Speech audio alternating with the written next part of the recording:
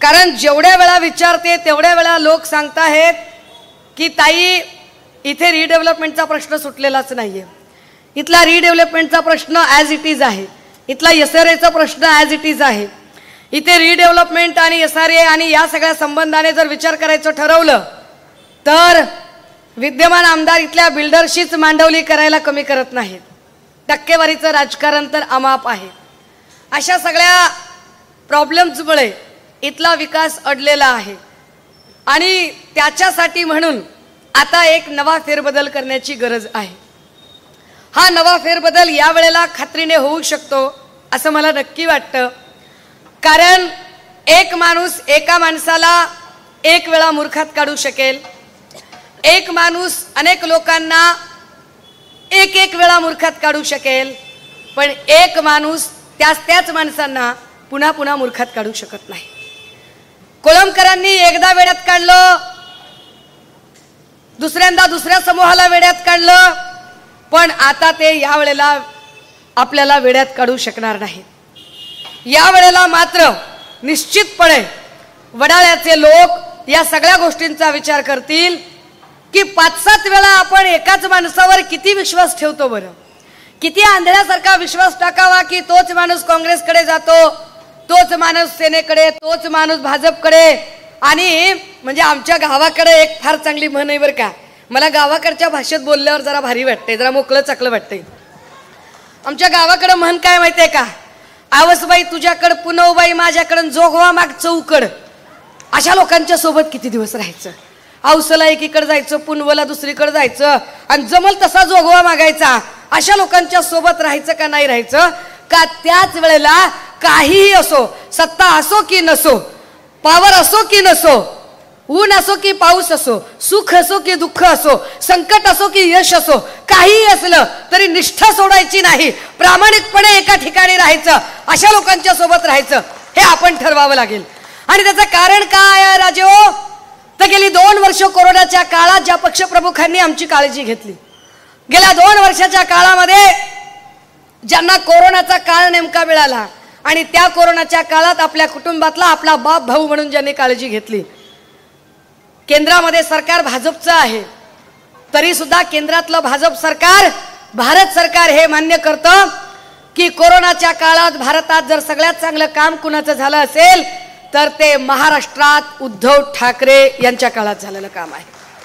कोरोनाच्या काळामध्ये भारतातला सगळ्यात मोठा सर्वाधिक लोकसंख्येच्या घनतेचा प्रदेश हा धारावीचा प्रदेश, पण सर्वाधिक चांगला जो कोरोनाचा यशस्वी पॅटर्न राबवला गेला तो धारावीत राबवला गेला, जस्ट बिकॉज ऑफ उद्धव साहेब.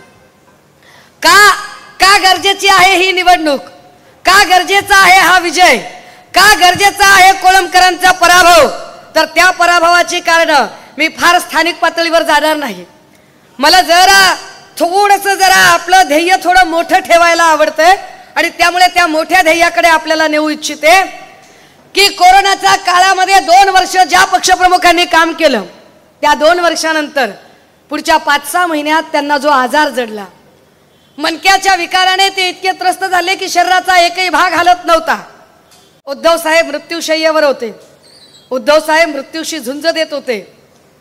आदरणीय रश्मी वहिनींच्या डोळ्यात चिंतेचं काहूर होतं. आदरणीय रश्मी वहिनी इतक्या चिंताग्रस्त की हा राजपाट, हे मुख्यमंत्री पद, हे राजकारण, हे सत्ताधारी, हे विरोधक, या सगळ्यांशी त्या माऊलीला काहीच घेणं देणं नाही. फक्त आपला नवरा, आपलं सौभाग्य, आपलं कुंकू अडचणीत आहे, आपलं सौभाग्य मृत्यूशय्यावर आहे आणि ते सुखरूप परत आले पाहिजेत, एवढीच त्या माऊलीची अपेक्षा. आपल्या 2 लेकरांच्या संगतीनं आपला नवरा आपल्या सोबत असला पाहिजे इतकी माफक अपेक्षा. पण त्याच वेळेला मुख्यमंत्री पदाचा कारभार कुणी करायचा, साहेबांवर एवढी अवघड शस्त्रक्रिया होणार आहे, करायचं काय? आणि उद्धव साहेबांच्या कुटुंबातले आदित्य दादा यांनी सगळ्या आमदारांची बैठक बोलावली, एक गटनेता ठरवायचं ठरवलं आणि निर्णय घेतला कुणाला गटनेता करायचं. गटनेता केलं एकनाथ शिंदेंना.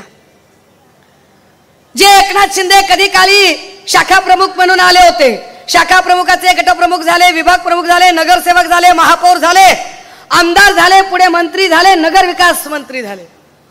हे का सांगावं लागतंय त्याचं कारण आहे. एकनाथ शिंदे 5 दिवसांपूर्वी एका भाषणात असं म्हणाले की उद्धव ठाकरेंनी मला फार हलक्यात घेतलं म्हणून मी त्यांचं सरकार पाडलं. बरोबर आहे त्यांचं. एकनाथ शिंदेचं 1,00,000% बरोबर आहे की उद्धव ठाकरेंनी त्यांना हलक्यात घेतलं, फारच हलक्यात घेतलं. एकनाथ शिंदे सारखा माणूस एवढा पाताळ यंत्री निघेल असं वाटलंच नाही उद्धव साहेबांना. एकनाथ शिंदे सारखा माणूस एवढा विश्वासघातकी निघेल, असं पाठीत खंजीर खुपसणारा निघेल असं वाटलंच नाही त्यांना. त्यांना वाटलं आपल्या सोबतचा शिवसैनिक आहे. हे जर पोटात पाप असतं ना, उद्धव साहेबांच्या पोटात पाप असतं आणि जे लोक त्यांच्यावर घराणेशाहीचे आरोप करतात ती घराणेशाही जर डोक्यात असती तर उद्धव साहेबांनी ते सगळे इन्चार्ज म्हणून आदित्यदादाकडे कारभार दिला असता. पण तो कारभार आदित्यदादाकडे देण्याच्या ऐवजी तो कारभार दिला एकनाथ शिंदेकडे. पण पुन्हा गावाकडची म्हण आठवते राजे हो, कावळ्याच्या हाती दिला कारभार आणि त्यांना हागून भरवला दरबार. कारभार दिला एकनाथ शिंदेकडे. कशासाठी दिला होता? नेता आपला नेता मृत्यूशय्येवर आहे आणि त्या मृत्यूशय्येवर असणाऱ्या नेत्याच्या पश्चात अत्यंत इमानइतबारे या राज्याचा कारभार तुम्हाला त्याला प्रमाण मानून स्वामीनिष्ठा प्रमाण मानून करायचा होता. पण केलं काय एकनाथ शिंदेंनी? उद्धव साहेबांनी ज्या माणसावर विश्वास टाकला हलक्यात घेतलं, खरंच हलक्यात घेतलं. त्या माणसाने उद्धव साहेब मृत्यूशय्येवर असताना भाजपची मांडवली करत गद्दारी केली. जे लोक म्हणतात की आम्ही बंड उठाव, अरे तुम्ही जर बंड आणि उठाव करायचा असता तर 40 जण बाजूला गेले असते आणि इथं पत्रकार परिषद घेतली असती. 40 लोक तुम्हाला तोंड लपून रात्रीच्या अंधारात वाया सुरत गुवाहाटी जावं लागलं. तुम्ही तोंड लपून गेलात याचा अर्थ तुमच्या पोटात पाप होतं. तुम्ही तोंड लपून गेलात याचा अर्थ तुम्ही कपटी होतात, तुम्ही कारस्थानी होतात. आणि ते तोंड लपून जाताना त्यांना मदत कोण करत होतं?